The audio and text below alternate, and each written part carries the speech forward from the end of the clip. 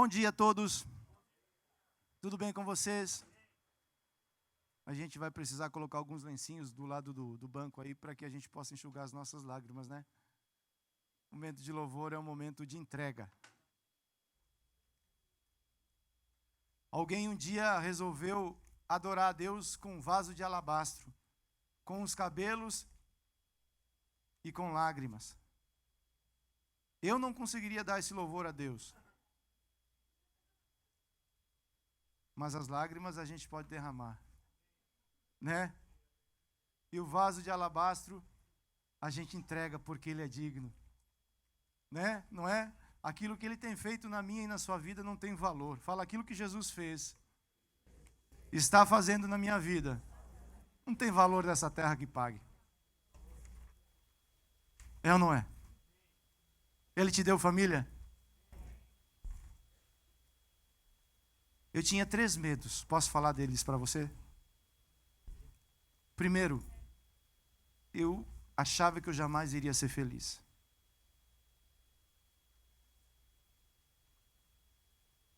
Segundo, que eu jamais iria constituir família. Terceiro, que Deus jamais iria me dar um filho. Olha como o inimigo tenta paralisar os projetos de Deus no ninho. O Senhor nos encontrou. A Bíblia diz que não fomos nós que encontramos o Senhor. João 15,16 é um dos versículos que eu mais amo. Porque a Bíblia fala que foi Ele que nos encontrou. Você não tropeçou em Jesus e você não foi... Jesus não é obra do acaso na tua vida. Ele botou a lupa em você e falou assim: é você que eu estou procurando. É você que eu quero encontrar. Deus tem nos dado família. Tem curado as nossas enfermidades, os nossos temores. E quando nós começamos o projeto de ter um filho, a primeira notícia que eu recebi de um médico, sabe qual foi? Deus é poderoso. Naquele momento, meu passado todinho veio na minha frente. Humanamente falando, a Nilka não poderia gerar filhos. E um dia aqui nesse altar aqui, da metade para lá, Deus falou comigo que Deus iria me dar filhos. Aí eu tinha uma palavra de Deus e uma circunstância. Fala, uma palavra de Deus e uma circunstância. Momento de escolher. Eu creio naquilo que Deus falou comigo, ou eu creio nessa circunstância que está falando tão forte naquela circunstância, né? E hoje o Caleb está aí com 15 anos. Porque Deus, Ele é fiel. Ninguém para os planos de Deus.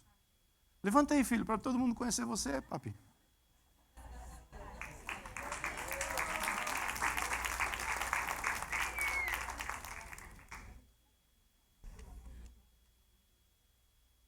Jovens, levanta, por favor, todos vocês. É de 20 para baixo, tá?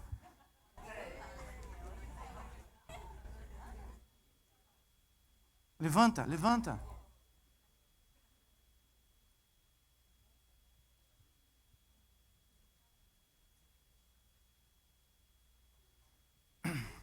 Olha para mim aqui.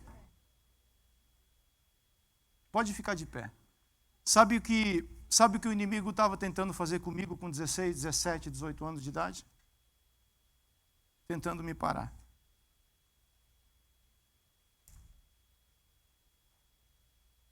Não é diferente com essa geração.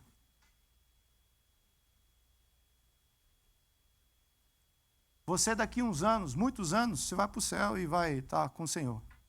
Amém? Mas essa geração vai viver mais do que nós. E é disso que nós precisamos entender, isso que é o reino de Deus. Aquilo que Deus colocou nas tuas mãos, aquilo que Deus colocou em você, tem que chegar neles. Nós precisamos profetizar sobre eles, que se levante no meio deles profetas, mestres, evangelistas, pastores, pessoas que amam o Senhor.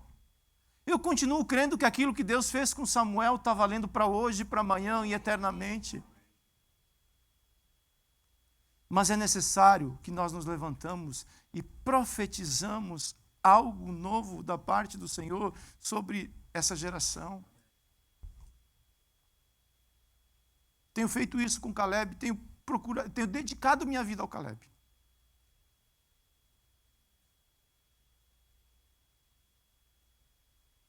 Eu amo todos vocês e quero dar o meu melhor para vocês. Mas eu tenho uma igreja que tem que funcionar.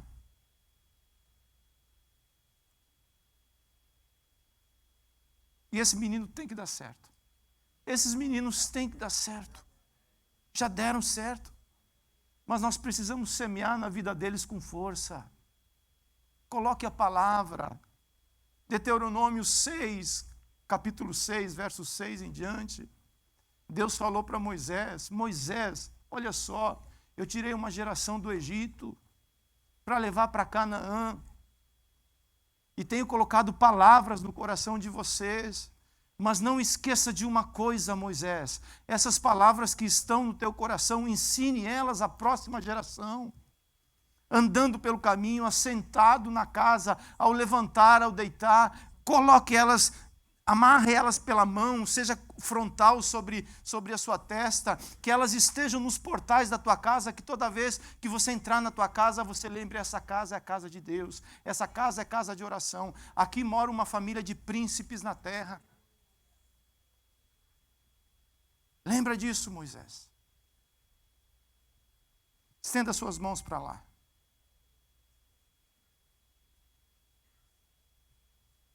Fale assim comigo: Senhor Deus, nós apresentamos essa geração que é tua. Eu te peço, Senhor, unge eles, toca neles, cura, Senhor, as suas enfermidades, as suas emoções, e que o teu Espírito toque na vida deles. Que eles sejam, Senhor, essa geração que te ama, que anda contigo, que obedece os seus princípios, a tua palavra, os adoradores que o Senhor busca nesse tempo. Faz deles multiplicadores da tua vida e da tua obra, no nome de Jesus. Assim seja sobre a vida deles, no nome de Jesus. Amém? Quero tratar nessa manhã de um assunto muito prático. Eu até pensei em colocar o nome dessa palavra, o manual que nos faz romper. Não ia ser muito eclesiástico, algumas pessoas iam olhar e falar assim: manual? O que é isso? Aí eu coloquei o caminho que nos leva a romper. É uma palavra prática. Prática. Quando você observar essa palavra, isso vai trazer um resultado. Nós estamos atrás de resultados nesses últimos tempos. Estamos ou não? Pois então, o resultado é consequência da obediência. Fala, o resultado é consequência da obediência. Se essas palavras estiverem no teu, aí agora o que tem que fazer o quê? Fala, obedecer. Não adianta só a palavra estar no coração. É preciso obedecer e trazer isso como uma forma prática de vida. Esse é o Evangelho, é simples. É simples, o Evangelho é simples. Fala, o Evangelho é simples. É o conhecimento que me traz a prática. Isso é o poder de Deus revelado. A igreja de Atos Apóstolos era uma igreja simples. O que eles tinham? Fala, doutrina dos apóstolos. Comunhão. Partiam o pão e oravam. E isso fazia que as coisas ordinárias, as coisas do dia a dia se transformavam em quê? Extraordinária, sobrenatural. Pedro ia para o tempo de oração, no templo, e ele encontrava alguém na porta do templo. Pedro estava fazendo uma coisa ordinária, coisa do dia a dia. Mas só que aquele enfermo que estava lá na porta do templo era o que? Extraordinário. Era uma igreja viva, uma igreja poderosa, uma igreja que quando as pessoas pediam suprimento só para suprir a necessidade deles, uma igreja que tinha visão.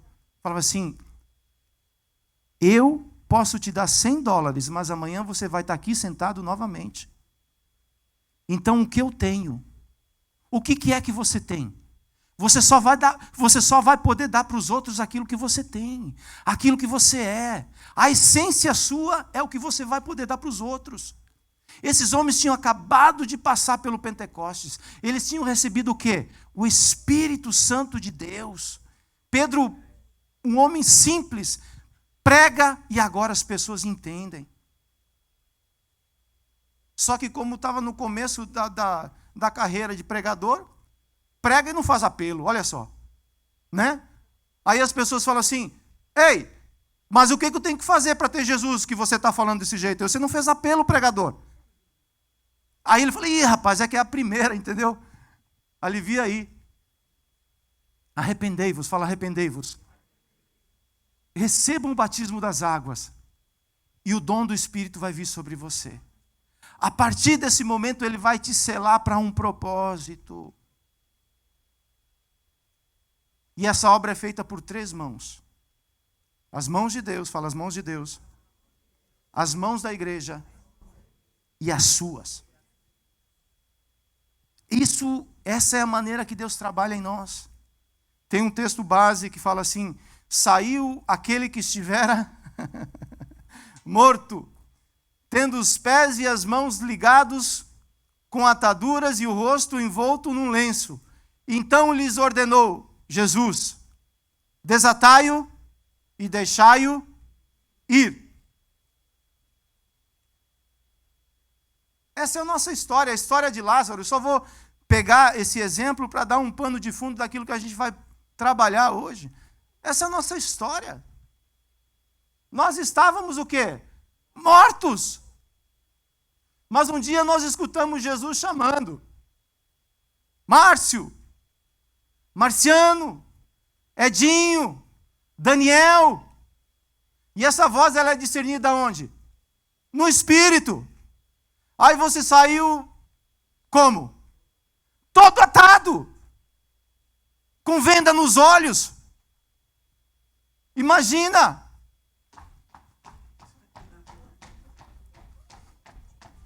Como anda a vida inteira desse jeito? Fala. Vê. Mas o Espírito tirou da morte. Porque Jesus falou, sai daí, Lázaro.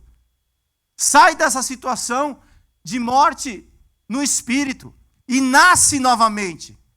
E Jesus dá uma palavra assim, para aquela igreja que estava lá, que eram os apóstolos. O que ele falou para ele? De quem que é essa obra? De quem que é essa obra? Nós não conseguimos fazer essa obra sozinho. Eu não consigo desatar as minhas ataduras sozinho, não consigo. Essa é uma obra que eu vou precisar da igreja. A igreja é o consulado do céu na terra. É o hospital de Deus na terra. Nós precisamos entender isso. Nós saímos de um ponto onde nós entendemos que a igreja somos nós, e por isso que a igreja somos nós, nós não damos o devido valor do que é a igreja. Nós somos a igreja, sim, mas essa igreja é o corpo de Cristo, e Ele é o cabeça da igreja. Quando Ele ordena, sai, a igreja obedece. E como consequência, agora, nós precisamos desatar as nossas ataduras, porque todos nós temos. Em alguma parte, ainda tem coisa atada na minha vida. E eu preciso de pessoas que me ajudem a tirar essas ataduras. Caso contrário, eu vou continuar andando com o Espírito. Eu vou continuar andando numa caminhada que me está proposta, pulando, devagar. Por quê? Porque eu preciso tirar essas ataduras. Esse é o reino de Deus. É um evento e é um processo. Na vida de Lázaro aconteceu um evento. Agora a igreja vai trabalhar nos processos até que Lázaro seja totalmente liberto, solto, para um dia sentar na mesa com Jesus e ter um banquete com ele novamente. Essa é a nossa história, foi o que aconteceu no Pentecostes. O homem, domingo passado, o pastor Márcio falou sobre isso, muito bem explicado. A gente tem uma concepção de Pentecostes de fogo, de poder, e aquele negócio, uau, se não for assim, não é Pentecostes. É consequência, fala é consequência. Porque a partir daquele momento as pessoas começaram a entender a Deus novamente. O maior problema que nós temos é entender o que Deus quer falar conosco. Porque lá no Éden o homem perdeu a capacidade de entender a Deus, perdeu a capacidade de comunicar com Deus. Isso fez ele um ser independente, isso fez dele um ser caído e passou a se multiplicar a ele mesmo. Mas lá em Pentecostes Deus restaura a comunicação do homem com Deus novamente. Aí Pedro, aquele pescador que fala assim, estou pronto, Jesus, para morrer por você. Me and you like this, Jesus? Aí o fogo vem e vem mesmo, porque Deus purifica, Ele quer purificar a nossa fé. Como é que você acha que Deus vai purificar a nossa fé? O fogo vem no casamento, o fogo vem sobre todas as áreas da nossa vida. Aí aquele que fala assim, I'm ready. A secretária lá do portão falou assim, você estava andando com Jesus. Eu falei, eu? Não sei quem é Jesus. E a Bíblia fala que ele praguejou. Olha aonde o homem pode chegar quando está longe de Deus.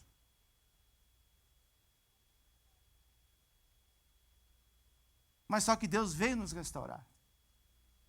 Deus veio atrás do homem, fala, Deus veio atrás de mim. Pedro voltou a pescar, Pedro voltou a fazer o que ele fazia antes. Quem que estava lá de manhã cedo? Com o corpo ressurreto, falando assim, hey guys, you have breakfast?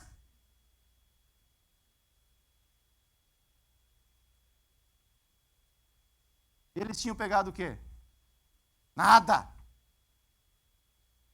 Fala assim, mais um para encher a paciência. Já passamos a noite toda pescando e não pegamos nada. Agora vem esse cara perguntando se a gente tem alguma coisa. Aí ele fala o quê? Vocês estão todos enrolados aí, não estão não? Joga a rede do lado direito aí. Aí quando eles obedeceram, o que aconteceu? Uma grande... Aí João... Sempre tem alguém que entende, né? Aquilo que Jesus está fazendo. João falou assim, quem faz isso é só um. João falou para Pedro, é o mestre. É o mestre. Desculpe. Jesus, ele é brincadeira não, gente. Pedro larga tudo. Aquele que trabalhou a noite toda para pegar alguma coisa, agora as redes estão cheias. Ele podia dar atenção para quê? Para as redes, ele trabalhou para isso. Esse era Pedro. Quando João fala assim, é o mestre, ele larga tudo, se joga na água e vai em direção a Jesus. Fala, Jesus, estou todo atado aqui, Jesus. Te neguei, falei que estava pronto, pensava que estava pronto. E agora estou aqui frustrado, nem peixe consigo pegar mais.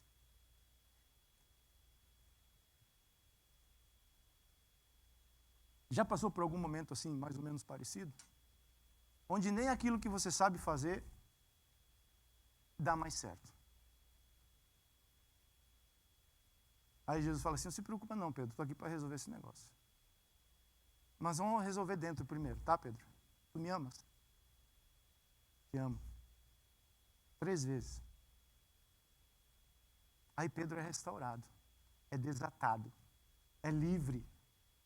E esse cara, que lá no Pentecostes,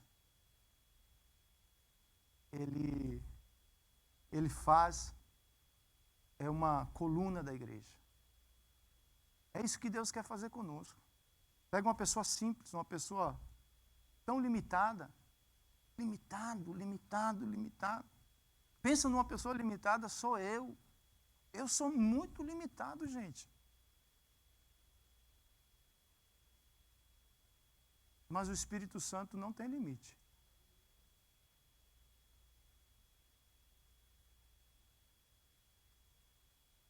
Ele chama Amós, profeta Amós, um boiadeiro e alguém que colhia figos. E coloca uma palavra no coração de Amós. Aí Amós vai para o rei entregar essa palavra. O rei fala assim: quem é você? Quem é você, Jonas? Aí Amós fala assim: eu? Eu sou alguém que coleta figos e sou um boiadeiro. Mas Deus colocou uma palavra no meu coração. E agora eu sou profeta na tua vida. Estou aqui para dizer aquilo que Deus quer falar com você. Esse é Deus, Ele pega as coisas simples. Simples. E sopra e coloca dentro dessas coisas simples o poder dEle. É isso que é lindo do Evangelho. Por quê? Porque isso todos nós qualificamos para sermos essas pessoas. Tira esse negócio de púlpito, que o Evangelho é só para alguns, estar perto de Deus é só para alguns, e é disso que nós vamos falar nessa manhã. Estar perto de Deus é para todos aqueles que querem estar perto dEle. Simples. E a primeira coisa que nós precisamos entender, de forma prática, é necessário deixar o passado passar. Escreva aí, por favor. Filipenses 3,13 fala assim: irmãos, quanto a mim, não julgo havê-lo alcançado, mas uma coisa faço, esquecendo-me das coisas que para trás ficam e avançando para as que estão adiante de mim. A vida da gente, ela passa por etapas, ela passa por seasons. Ontem nós estávamos num evento e eu encontrei um amigo de 20 anos atrás, que naquele tempo eu fazia outra coisa. O que se fazia? Jogava futebol, para você não pensar mal de mim. Tentava, né? Me esforçava. Eu corria atrás da bola, e ele era fera. Teve na seleção americana, uma promessa, um menino novo. Naquela época ele tinha 18, 19 anos. O pai dele faleceu. O menino entrou em parafuso. Largou a seleção americana, largou tudo. Ele tinha uma proposta na Austrália, largou tudo e foi para o Brasil. Ficou 3 anos no Brasil. Depois disso foi para Espanha. Aí ele entendeu que ele ia ter que fazer alguma coisa na vida para continuar a caminhada, porque a vida segue. É ou não é? Aí ele foi estudar, hoje ele é capitão de navio. Ele pilota um navio aí para um grande executivo mexicano. Ele roda o mundo inteiro. Aí eu percebi que a conversa dele era a mesma de 20 anos atrás. Ele começou a citar o nome de algumas pessoas, o Edinho conhece quem ele é. Eu falei: Randall, deixa eu falar uma coisa para você. Muita coisa mudou na minha vida. Muita coisa passou. Os cabelos aqueles, sabe? Jogava para um lado, jogava para o outro. Né? Gelzinho, tal. Passava a mão assim. Falei: poxa, você passava... Ele é carioca. Poxa, como você gostava do seu cabelo. Eu falei: pois é. Acho que foi o Isaac que Deus levou, né?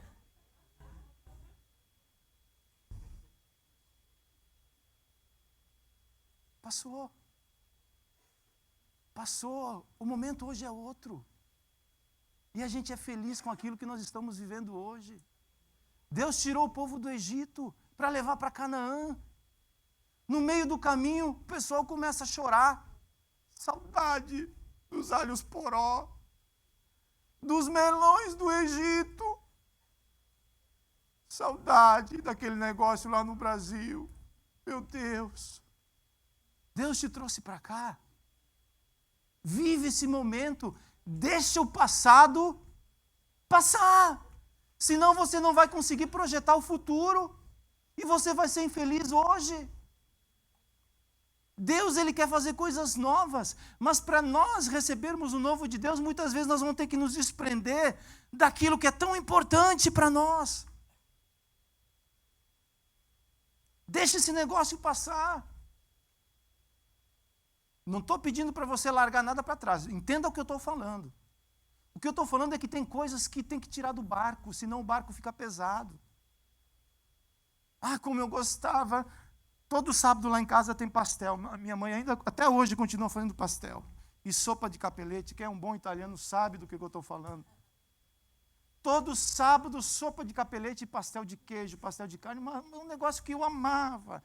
Ajudava a mãe a fazer pastel, fritar, se queimava todo. A família toda, barulho, seis italianos juntos. Um quer fritar, o outro não quer. Uma bagunça. Mas era um negócio que eu amava. Até hoje, às vezes, eu sinto falta dessas coisas. Mas passou. Hoje tem que comer outras coisas. E ser feliz.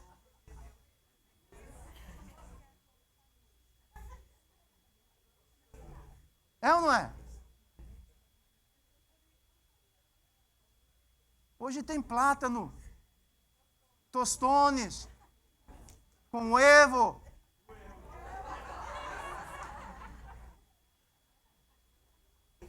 Imagina eu comendo um tostone com ovo, falando assim, ai, que saudade do pastel da minha mãe.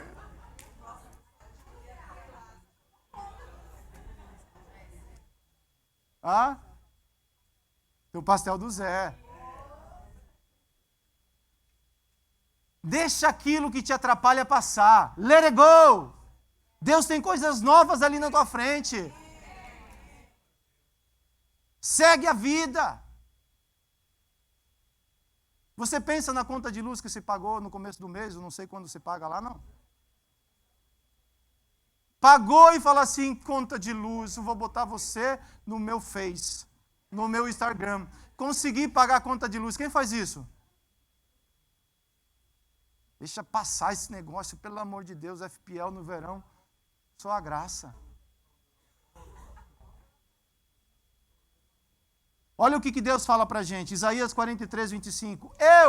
Eu mesmo sou o que apago as tuas transgressões, por amor de mim e dos teus pecados, não me lembro mais. Deus deixou passar o nosso passado, aquilo que nos acusava diante de Deus, Ele falou assim, tetelestai, isso está pago na cruz do Calvário, e não se fala mais disso, está resolvido.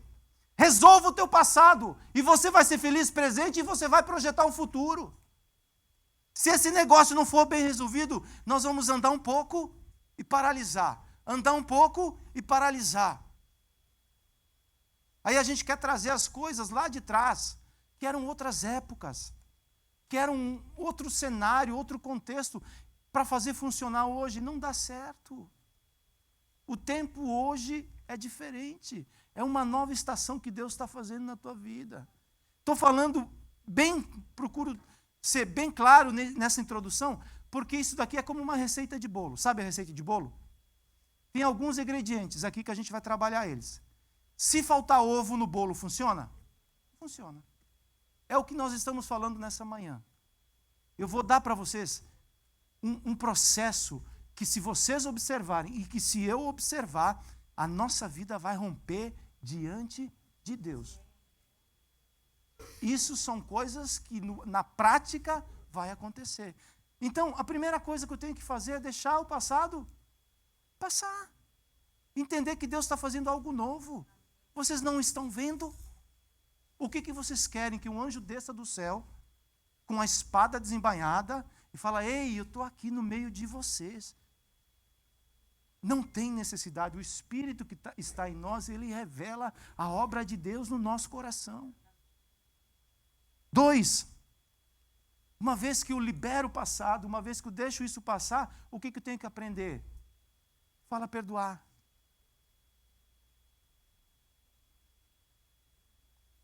Tem duas situações que essa geração anda em cima, que é mágoa e culpa. Mágoa por aquilo que os outros fizeram, e culpa por aquilo que eu fiz, e eu não consigo extrair isso de mim. Eu não consigo tirar isso do meu coração. E porque eu tenho culpa, às vezes eu crio a mágoa. Por quê? Porque o inimigo, ele quer nos prender. Quando Deus te salvou, a primeira coisa que ele fez foi o quê? Fala perdoar.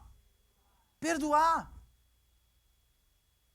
Porque nós éramos inimigos de Deus. E Deus trouxe perdão sobre as nossas vidas para que nós nos tornássemos o quê? Amigos de Deus.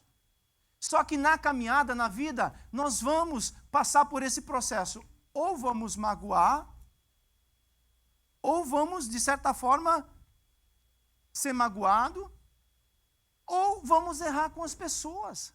Faz parte. Não que ninguém queira fazer isso. Nós não queremos, mas faz parte. Por isso que Deus falou assim: eu perdoo os vossos pecados. Mas toda vez que alguém perdoar com você, você tem que fazer o quê? Perdoar. E Pedro chega para Jesus e fala assim: tem um irmão que quase pecou comigo 7 vezes hoje. Jesus, o que eu devo fazer? O que Jesus ensinou? Perdoe sempre. Perdoe em todo momento. Na batalha do perdão, sabe quem ganha? Quem perdoa primeiro. Quem perdoa primeiro é o que vence essa batalha. Mas só que nós temos uma carne, temos um inimigo e tem um mundo que tem conceitos. Não libera o perdão bem assim, não. A pessoa tem que entender que o perdão tem um preço. Sabe qual é o preço do perdão? Que já foi pago? Tetelestai? E está lá na cruz do Calvário? Já foi pago. Esse é um processo de obediência. O que não é mudança de sentimento, vou pensar em coisas positivas para não lembrar mais da pessoa. Enquanto não perdoar, você vai ter que conviver com a pessoa o resto da vida. E o problema é que o perdão abre uma brecha no mundo espiritual. Isso é, o que a gente está falando aqui, eu estou procurando tirar o peso, mas é coisa séria. Que é os torturadores. A pessoa espiritualmente vai morrendo pouco a pouco e não percebe. Porque se eu não perdoo, eu paraliso o perdão de Deus aonde? Na minha vida. E olha o que a palavra de Deus diz. Não é colocar uma pedra em cima. Você já levantou uma pedra que está no quintal lá há muito tempo? O que tem embaixo? Bicho. Fala, bota de volta essa pedra, não mexe com esse negócio aí não. Vamos deixar esse negócio para lá. A igreja não é isso, gente. Eu me resolvo sozinho. Não, a igreja não é isso. Cristo é o cabeça da igreja e nós somos o corpo de Cristo. Nós precisamos trabalhar isso, entender isso daí. O que é? É uma decisão pessoal e racional de obedecer. Vou orar. Não entra nesse negócio. Vou orar para ver se eu devo perdoar. Está escrito, é melhor obedecer do que sacrificar. Até porque essa oração, Deus não ouve. É o quê? O que libera o perdão na minha vida é o quê? Fala obediência. Obediência. Tomar uma decisão de discípulo, a minha vontade está na cruz. Jesus governa a minha vida. Tem que morrer o velho homem. Deixar com Deus a mudança dos meus sentimentos. Isso é obra de Deus. Eu não consigo fazer isso, você não consegue. É o Espírito Santo que vai curando e vai trazendo o bálsamo dele sobre nós. Marcos 11, 25. E quando estiverem o quê? Orando. Olha, é uma coisa espiritual. Se tiverem alguma coisa contra alguém, fazer o quê? Perdoem-no, para que também o Pai Celestial lhes perdoe os seus. Mas se vocês não perdoarem, também o seu Pai, que está nos céus, não perdoará os seus pecados. É fato que o perdão já está dado. porém só efetivo em nossas vidas quando nos posicionamos fazendo o quê? Perdoando. Perdoar é expressar o amor de Deus ao próximo. Fala, perdoar é expressar o amor de Deus ao próximo. Quando Deus quis expressar o amor dele para conosco, o que ele fez? Perdoou os nossos pecados. Perdão é uma expressão de amor a Deus e ao próximo. Quando eu deixo o passado passar, eu resolvo essa questão de perdão na minha vida, eu entro para uma terceira etapa, que é o quê? Orar. Orar é conversar com Deus. Orar é criar intimidade com uma pessoa que você não conhece. Eu lembro que eu falava assim, Deus, onde é que você mora, Deus? Porque a Bíblia fala que você tem um trono nos céus e os teus pés estão na terra. Ou vive no céu, ou vem para a terra. Onde é que você mora? Aí um dia ele respondeu. Ele falou, sabe onde é que eu moro? Dentro de um coração contrito e quebrantado. E toda vez que ele chama e clama, Abba, Pai, eu estou lá.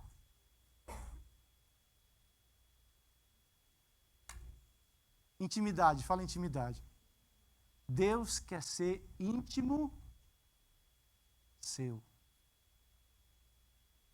Ele te conhece, mas muito mais que isso, Ele quer que você o conheça.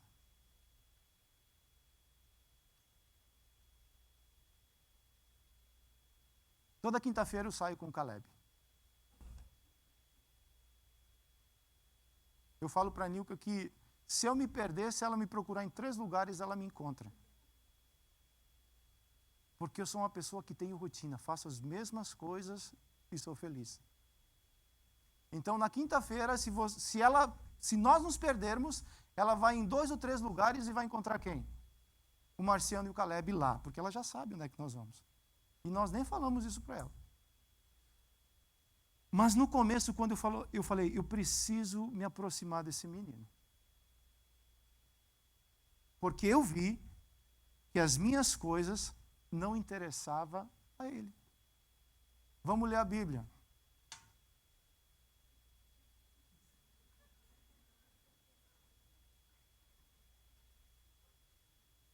Ele fazia porque é obediente. Mas os olhos brilhavam para outras coisas. Eu falei, Jesus, me ajuda. Fazer com que esses olhos brilhem para aquilo que não passa. Aí o começo das conversas, sabe o que é? Filho, como é que foi a escola? Good. O que se comeu? Ele é um pouco parecido com o pai. Então, não precisa nem perguntar, eu sabia o que ele tinha comido. Essa era a nossa conversa.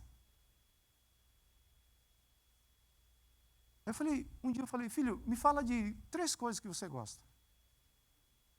Aí ele falou. Eu falei, então vamos começar a fazer essas coisas. Aí tive que começar a estudar quem o Miami Heat ia contratar, quem ia liberar. Qual o time que nós vamos montar no Miami Heat? Vamos manter o treinador do Miami Heat? A gente estava contratando e descontratando o jogador do Miami Heat. Sem dinheiro pela fé. Tudo pela fé. Para chegar, para ter relacionamento. Senão a gente não tem intimidade, a gente só trata de coisas superficiais. Aí um dia eu resolvi jogar FIFA com ele.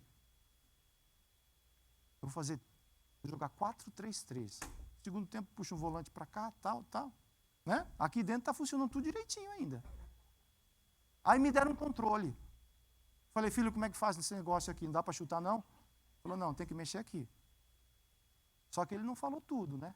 Eu vi ele fazendo uns negócios diferentes, a bola dava curva, a falta entrava. Eu falei, isso aí? Ele falou, não, pai, isso vai ter que descobrir. Eu falei, A primeira levei de 7. A segunda levei de 11. Eu falei, FIFA não quero mais. Nós vamos acabar brigando nesse negócio. Vamos fazer outras coisas. Intimidade, fala intimidade. É isso que Deus quer tratar conosco. É isso que Deus está falando conosco nessa manhã. Uma geração que conheça a Deus. A geração que saiu do deserto, a terceira geração depois disso já não conhecia mais a Deus. Por quê? Porque faltou intimidade. Intimidade, sabe o que é? Eu vou falar para vocês o que é intimidade. Mateus 6, capítulo 6. Tu, porém, quando orares, entra no teu quarto e fecha a tua porta e orarás a teu pai, que está em quê? Em secreto. E teu pai, que vê, fala que vê, em secreto, te recompensará. Deus te vê quando você o busca. E a Bíblia diz assim, quando você me busca de todo o coração, você vai me encontrar.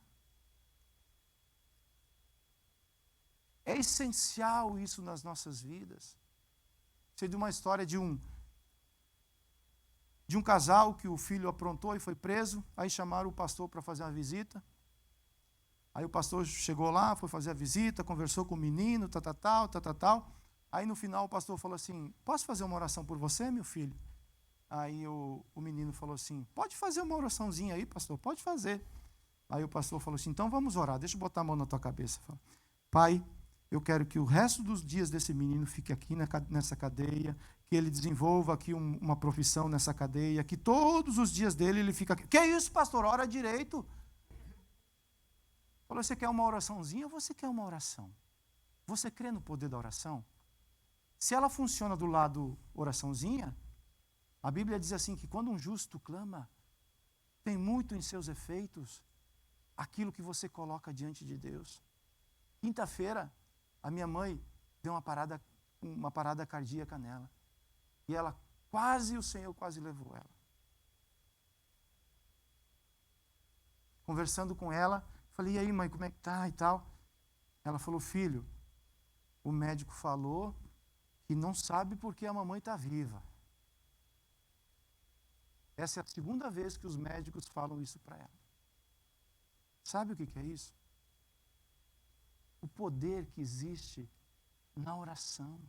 Se nós entendermos o que significa isso, isso não é religião, não é petição. Sabe o que é? Tenho necessidade e vou pedir a Deus. Isso não é. Sabe o que é oração? É conversar. No meio da conversa você fala assim, cuida da minha mãe.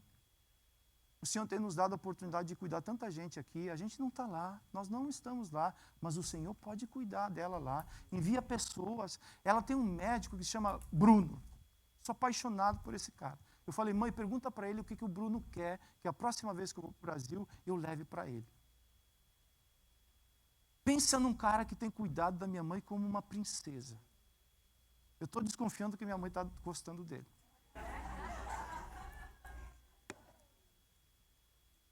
Ela começou a deixar o pai em casa. Não, eu vou sozinha. Deixa que eu vou sozinha para o médico. Falei, velho, vigia. Fica esperto. O cara é médico, ganha bem, não vai dar para competir, não. Deus cuida. Deus cuida. O que nós devemos orar? A palavra. João 15, 7. Se permanecerdes em mim e as minhas palavras permanecerem em vós, pedireis o quê? Quiserdes e vos será feito. Quando devemos orar? Sempre. 1 Tessalonicenses 5,17. Orai sem cessar, o tempo todo. É conversar. Conversar com Deus, dirigindo. Onde você estiver, conversa com Deus. Fala, Deus, e isso vai gerar relacionamento. Vai haver momentos que você vai ter a plena convicção que Ele está do teu lado. Fala, o negócio está bom aqui. Está que nem lá no Monte da Transfiguração. Fazer uma tenda para Moisés, outra para Elias, a chapa está quente, né? Porque Deus, Ele é Emmanuel, Ele é Deus presente. Oração não é alguma coisa que se faz assim porque tem que fazer. É um privilégio de você estar diante do Criador de todo mundo. E tudo aquilo que você pedir pela palavra, será o quê? Será feito. 4, isso vai gerar em mim fé. Fala fé. A fé é a certeza do que vamos receber e das coisas que esperamos. E a prova de que existem coisas novas que não podemos ver. A palavra fala que pela fé Abraão saiu do meio da terra dele e foi para uma terra que Deus ainda iria mostrar. Pela fé Noé construiu uma arca quando não fazia sentido nenhum construir uma arca, porque nunca havia chovido sobre a terra. Pela fé, Enoque andou com Deus e foi arrebatado, foi levado para Deus. Pela fé, Moisés deixou o Egito e passou a viver como filho de Deus. O problema é que, sem fé, é impossível nós agradarmos a Deus. A fé me faz visualizar aquilo que Deus tem para mim. Se eu não tiver fé, os meus olhos vão estar postos só sobre aquilo que eu vejo. A fé me projeta espiritualmente. A fé me faz ver aquilo que Deus quer mostrar para mim. E Abraão estava numa situação tão difícil, Deus falou assim, você vai ser pai de uma nação. E Abraão não tinha filhos ainda e estava nessa luta. Um dia Deus chama Abraão e fala, Abraão, sai da tua tenda, sai desse lugar onde você só visualiza as coisas da terra. Olha para cima, fala, olha para cima.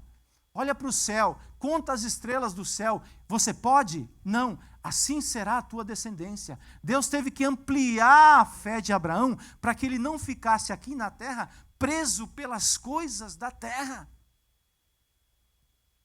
A fé é algo que somente Deus pode entender e nos conhecer.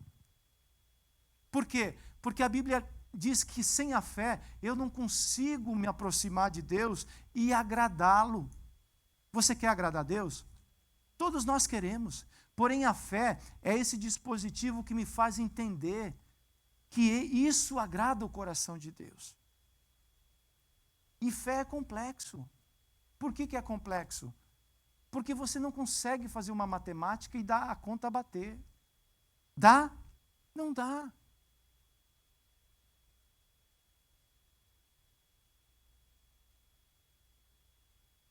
De você orar por provisão e alguém bater na tua porta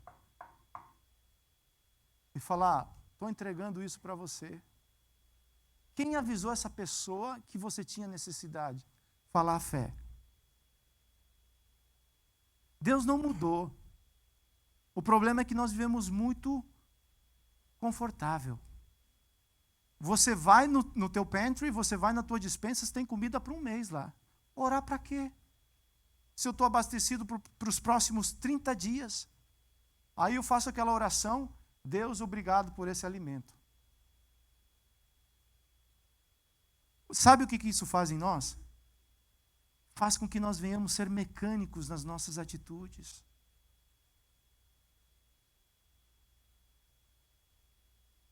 E aí nós precisamos de Deus para quê? Para algumas coisas. Algumas coisas eu preciso de Deus, outras coisas eu mesmo já me resolvo. Fé é dependência, é depender de Deus em todo o tempo. Porque eu não vou conseguir agradar a Deus com as coisas dessa terra. Deixa o passado passar. Eu aprendo a perdoar. Tenho uma vida de oração. Uma vida de intimidade com Deus. Isso vai gerar em mim fé. Quando o monte se apresenta diante de você, você fala, monte, move-se. Porque eu vou continuar a caminhada. Você não para um homem de fé. Para? Não para. Porque a fé cria caminhos novos. Fala fé. Cria caminhos novos. A fé é uma profecia que você declara e as coisas acontecem. Elias, por 3 anos e meio, não estava chovendo em Israel. E ele lança uma palavra e fala assim, vai chover. Começou a chover? O que ele vai fazer? Vai lá para o monte e leva o servo dele e começa a clamar. Deus, manda chuva. Eu mandava o servo lá. E aí? Nada. Na sétima vez que o menino foi lá, ele falou assim, estou vendo uma nuvem do tamanho da mão de um homem. Para o menino só era uma pequena nuvem, para o profeta era o quê? Avisa o rei que vai chover. Essa é a diferença da fé. A fé faz você ver aquilo que os outros falam assim, é só uma nuvem, daí não sai nada não. A fé fala assim, é isso que eu preciso para que o mover de Deus, para que Deus haja na minha vida. Nós não precisamos muita coisa, nós precisamos ter uma fé do tamanho de um grão de mostarda e dizer, Deus, eu espero porque vai acontecer. Deus falou para os discípulos, ficai em Jerusalém até que do alto vocês sejam revestidos de quê? Para ser revestido de poder é necessário o quê? Fé, eu tenho que crer. Começaram 500, 120 receberam. Cadê os outros 380? A gente está falando de quê? De igreja. A gente está falando de povo que recebe orientação de Deus e direção de Deus. Fé é a perseverança em continuar. Porque aquele que prometeu, seja 50 dias, que o Pentecostes foi 50 dias depois da Páscoa, seja 50 dias, seja 60, seja um ano, se ele fizer, ele é Deus. Se ele não fizer, ele é Deus. Se a porta se abrir, ele é Deus. Se não se abrir, ele continua sendo Deus, mas eu aqui estou e aqui me vou quedar. Porque eu sei que ao seu tempo ele virá. E os anjos falam, tem que abençoar Deus, porque eles continuam esperando que a tua promessa aconteça. Agora é o seguinte, o Senhor prometeu e eles estão esperando, o que tem que fazer? Vai acontecer.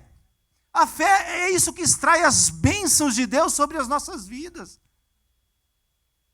Amém? Ou está mais ou menos? 5. Isso vai fazer ser um adorador. Escreva adorador. Adoração é o louvor verbalizado, o reconhecimento da admiração pelo que alguém é. A diferença de louvor e adoração é uma só. Louvor você adora por aquilo que alguém fez. Adoração você adora por aquilo que alguém é. Não aconteceu nada de novo nessa semana. Por que eu devo adorar a Deus? Porque Ele é Deus. E eu venho para cá com esse entendimento. Eu não preciso que algo aconteça novo de Deus, da parte de Deus, para mim adorá-lo. Eu adoro porque Ele é Deus e Ele é digno de adoração. Os céus adoram o Senhor o tempo todo. Por quê? Porque Ele é Deus. Só que a adoração tem uma particularidade. Quem você adora, você vai se tornar parecido com Ele. Por isso que Deus fala assim, adoração somente a mim. Por quê? Porque Ele quer que você seja parecido com Ele. Olha o que fala em 2 Coríntios 3,18. Tem o João 4,23, depois a gente volta. E todos nós, fala todos nós, com o rosto desvendado, contemplando como por espelho a glória do Senhor, somos transformados de glória em glória, na sua própria imagem, como pelo Senhor, o Espírito. Por que Deus espera que nós venhamos adorá-lo? Porque quando você adora, você contempla a glória dele. E o que é que te transforma? A glória de Deus. E você é transformado de glória em glória, de fé em fé, até que você chegue à plenitude de quem? De Cristo. É por isso que nós precisamos adorar a Deus. O adorador é pontual. Com muito amor eu falo isso para vocês. O adorador, ele não chega na metade do sacrifício. Ele não vai deixar que aquilo que ele tem que fazer, outro faça no lugar dele. É a Deus que nós estamos adorando? Ou nós viemos para cá para observar um louvor que está sendo cantado? É diferente. Se nós estamos falando de adoração, eu venho aqui para quebrar meu vaso de alabastro. E eu venho aqui para levantar minhas mãos e para adorar da maneira que Deus te chamou para adorar. Se pula, pula! E não fica olhando por irmão como se ele tivesse possesso, não. Onde há o Espírito de Deus, há liberdade. Para a gente adorar a Deus com ordem e decência. Nós queremos Pentecostes sobre nós, ou nós queremos uma igreja que seja parecida com aquilo que eu entendo? Se eu quiser Pentecostes, se eu quiser Shekinah sobre minha vida, eu vou ter que abrir alguns conceitos sobre mim. A mulher samaritana tinha conceitos sobre adoração. Onde é que se adora? Em Jerusalém? É Samaria? Onde é que se adora? E Jesus fala assim: ei, filha, os adoradores são aqueles que adoram o Pai em espírito e em verdade. E o Pai já está procurando eles por aí. Onde existe um adorador, os olhos de Deus está posto sobre ele. E como que nós devemos adorar? Em espírito e em verdade. Por que você adora em espírito? Porque dentro de você tem alguém que clama: Abba, Pai, adore todos os céus, toda a terra se prostre diante da magnitude de quem é Deus. Ele é digno de glória, de honra e de louvor. Imagina quando você chegar nos céus. Os céus é um lugar onde a gente não faz ideia. João descreveu aquilo que não dá para descrever.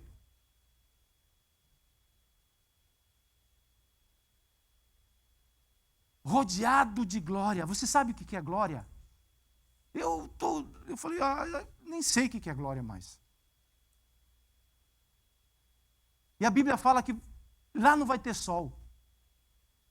O brilho dele é suficiente para iluminar aquele lugar todo. Os anciãos se prostram diante dele, porque eles receberam uma coroa. São príncipes no reino. Mas só que eles falam: essa coroa não pode, diante dele, essa coroa não pode ficar na minha cabeça. Então eu jogo aos pés dele, porque só ele é digno de glória.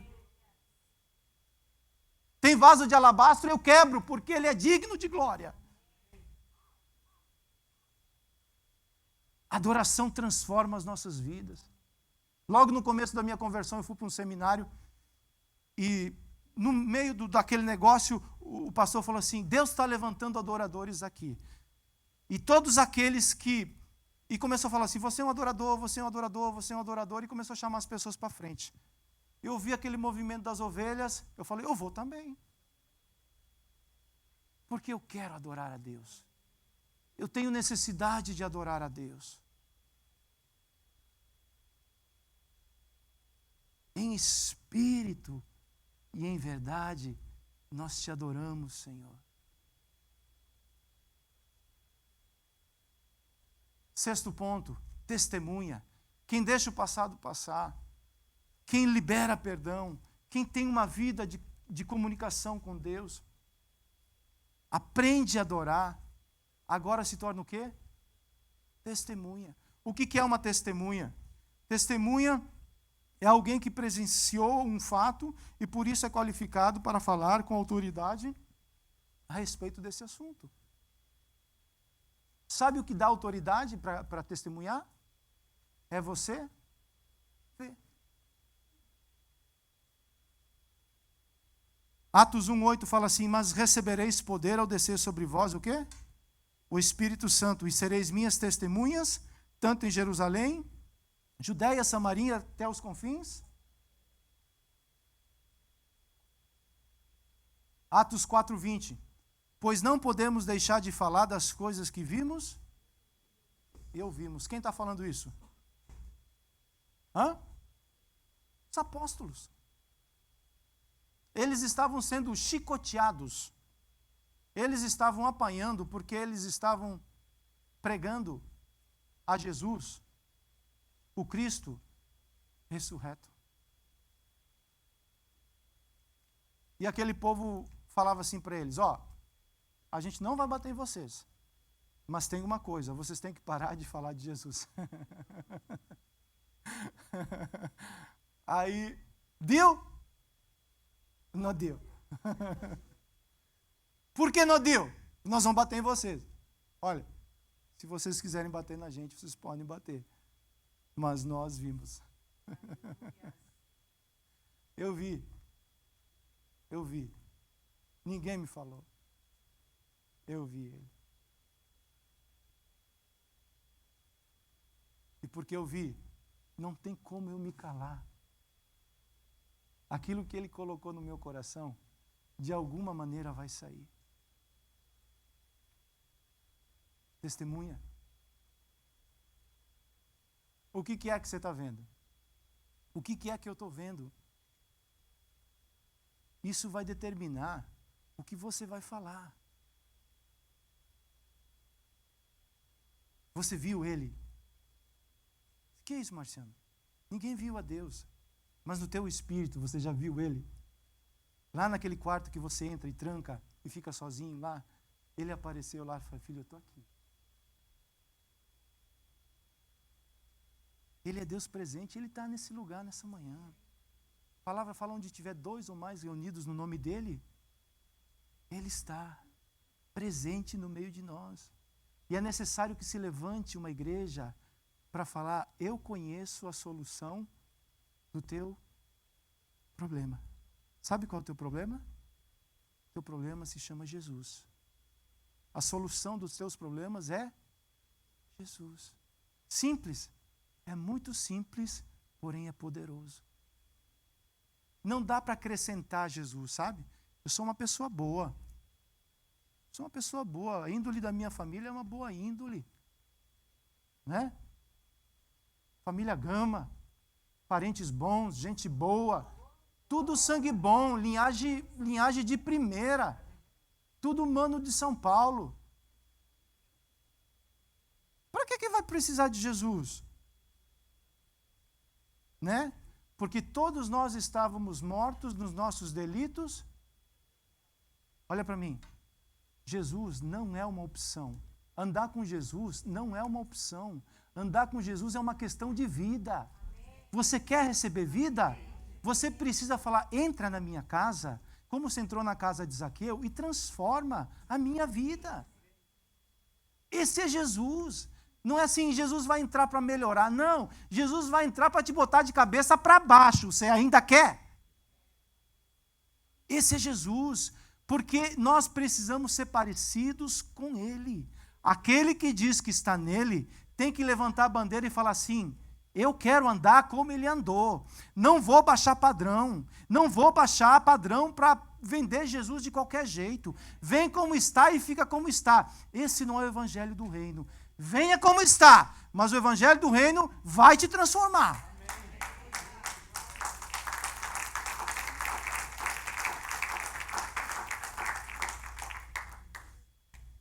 Uma vez que eu deixo o passado, que agora eu falo assim, eu preciso ser perdoado diariamente. Diariamente eu preciso. Eu passo a conversar com Deus, eu passo a me relacionar com Deus. Deus passa a ser meu amigo como era amigo de Abraão. Deus ia fazer alguma coisa na terra, chama quem? O amigo. Porque a Bíblia diz assim que Deus ele não faz nada na terra sem antes revelar os seus amigos e profetas. Olha que privilégio. É ou não é? Isso vai gerar fé no meu coração. Porque eu vi ele, isso gera fé no meu coração. Eu passo a crer nas coisas que os olhos naturais não conseguem conceber. Isso me torna um adorador. Eu adoro a Deus porque Ele é Deus. E falo do amor de Deus, testemunha. E o último, para a gente encerrar, é o quê? Ser um semeador.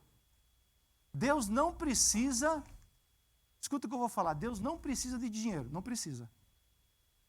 Mas a obra que nós estamos fazendo aqui na terra, nós representamos no nome de quem? Então ainda tem que pagar conta. Porque imagina você, um cara rico, né? Trabalhando para um cara rico. Ele envia você para ser um representante dele. Aí não paga as contas do homem rico. Já pensou um negócio desse? Deus te deu provisão. Fala, Deus me deu provisão. Sabe para quê? Para investir no reino. o melhor investimento que está tendo ainda continua sendo o Evangelho do Reino de Deus. Tem Bitcoin, tem Bolsa de Valor. Uma semana eu vou dar uma pesquisada no que está tendo de melhor no mercado aí, para investir. Cheguei numa conclusão. 2 Coríntios 9:6. Isto afirmo, que aquele que semeia pouco, pouco também, e o que semeia com fartura, com abundância também ceifará. Cada um contribua segundo tiver proposto no seu, não com tristeza ou por necessidade, porque Deus ama quem dá com... Olha o verso 10. Ora, aquele que dá semente é o que semeia, e pão para alimento também suprirá e aumentará a vossa sementeira e multiplicará os seus frutos de vossa justiça. A paz de Deus é muito maior do que a sua. E quando nós investimos no reino de Deus, quem semeia no reino de Deus se torna alvo do investimento de... Você tem essa frase aí? Leia ela, por favor.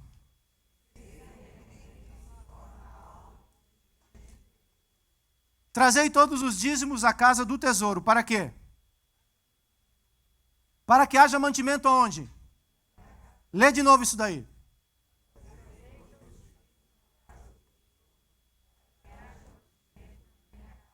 Para um pouquinho.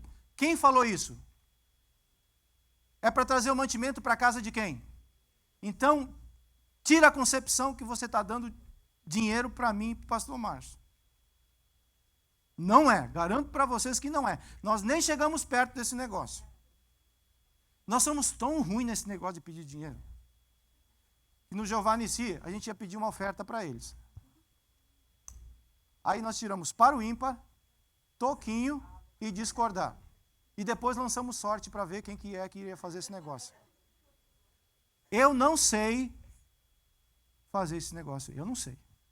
Eu não sei pedir. Não sei. Mas eu preciso ensinar o princípio. Você quer ser abençoado? Obedeça o princípio. Trazei o dízimo aonde? A casa do tesouro. Quando você está dando para quem? Para Deus, queridos. Olha o que fala aqui. E depois fazei prova.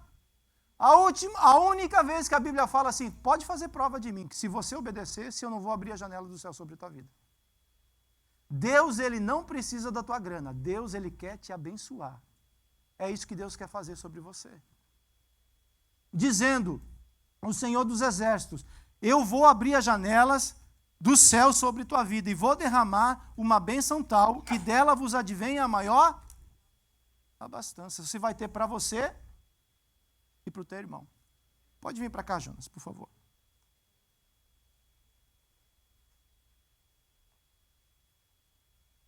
Você pegou esses 7 passos? Vamos lá. Primeiro é o quê? Todos juntos. Primeiro é o quê? Segundo. Terceiro. Quarto. Quinto. Adorador. Muita fé gera adorador, é isso mesmo. Sexto. Sétimo. Invista no reino de Deus. Essa é uma mensagem que você precisa pegar ela, eu preciso pegar ela e colocar na porta da geladeira. Ou no painel do teu carro. Todo dia você passa por ela e faz um checklist. Você quer agradar a Deus? Estou perguntando, você quer agradar a Deus? Eu sei que você quer. Presta atenção para mim aqui, olha para mim aqui, eu estou encerrando, a gente vai orar. Para agradar a Deus, eu preciso obedecer os seus mandamentos. Fala comigo assim, para mim agradar a Deus, eu preciso obedecer os seus mandamentos. É muito bom você estar aqui sentado nessa manhã. Isso vai te ajudar. Mas isso não pode dizer muito. Talvez não diga muito. Essa semente que eu lancei aqui, Sabe o que vai determinar a colheita? A terra que ela caiu. Se ela cair em boa terra, sabe as ataduras? Sabe aquilo que prendia? Vai cair hoje no nome de Jesus. Porque não é minha palavra, é promessa de quem? De Deus. E Deus quer nos desprender. Por quê? Porque nós somos a igreja dele. Nós somos aqueles que a Bíblia diz assim: formosos são os pés daqueles que anunciam a salvação, a paz. Tem algo na tua vida que você fala assim: essa é uma área que eu preciso me desprender. Eu já ressuscitei em Cristo. Eu já escutei Cristo falar comigo. Sai, seja transformado. Mas tem ataduras que volta e meia, elas ainda me prendem. Culpa do passado, mágoa sem liberar. A oração eu começo, mas às vezes encalha, porque a oração tem 3 problemas. Eu não sinto nada, eu não vejo nada e não acontece nada. Oração não é para você ter resultado, oração é para você ter relacionamento com Deus. Isso é oração. Eu quero ser um adorador. Eu quero sentir a presença de Deus na minha vida. Sabe onde isso começa? Lá na tua casa. Fala: Espírito Santo, vem sobre mim, faz de mim esse cara que aprende a adorar em espírito e em verdade. Eu quero falar do amor de Deus.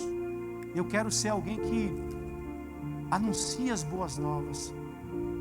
E eu vou ser um investidor no reino de Deus. Nós trabalhamos com uma igreja que investe com força. Praticamente quase tudo que é feito aqui é resultado de investimento de vocês. A gente sabe disso. Nós cuidamos das vidas e as pessoas trazem a estrutura. Um coração agradecido vai investir com força. Lá no Velho Testamento pediram uma oferta para construir o templo. Chegou o momento que Davi falou assim: pode parar de dar, porque já tem tanto que está sobrando. Essa é a visão de reino. Eu dou por quê? Porque eu quero ser generoso. Finanças obedece 3 princípios, que é obediência, administração e generosidade. Se eu obedeço esses 3 princípios, a vida financeira muda. Nós vamos ter um evento de finanças agora, dia 23. Coloque-se de pé, eu quero orar por você.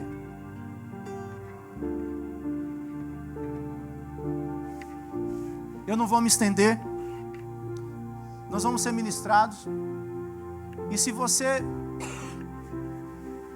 deseja e entendeu que esse processo é feito por 3 mãos: as mãos de Deus, as minhas mãos e as mãos da igreja, nós queremos orar sobre a sua vida, para que, se existe alguma atadura ou algo que te prende de você romper, hoje vai cair por terra no nome de Jesus.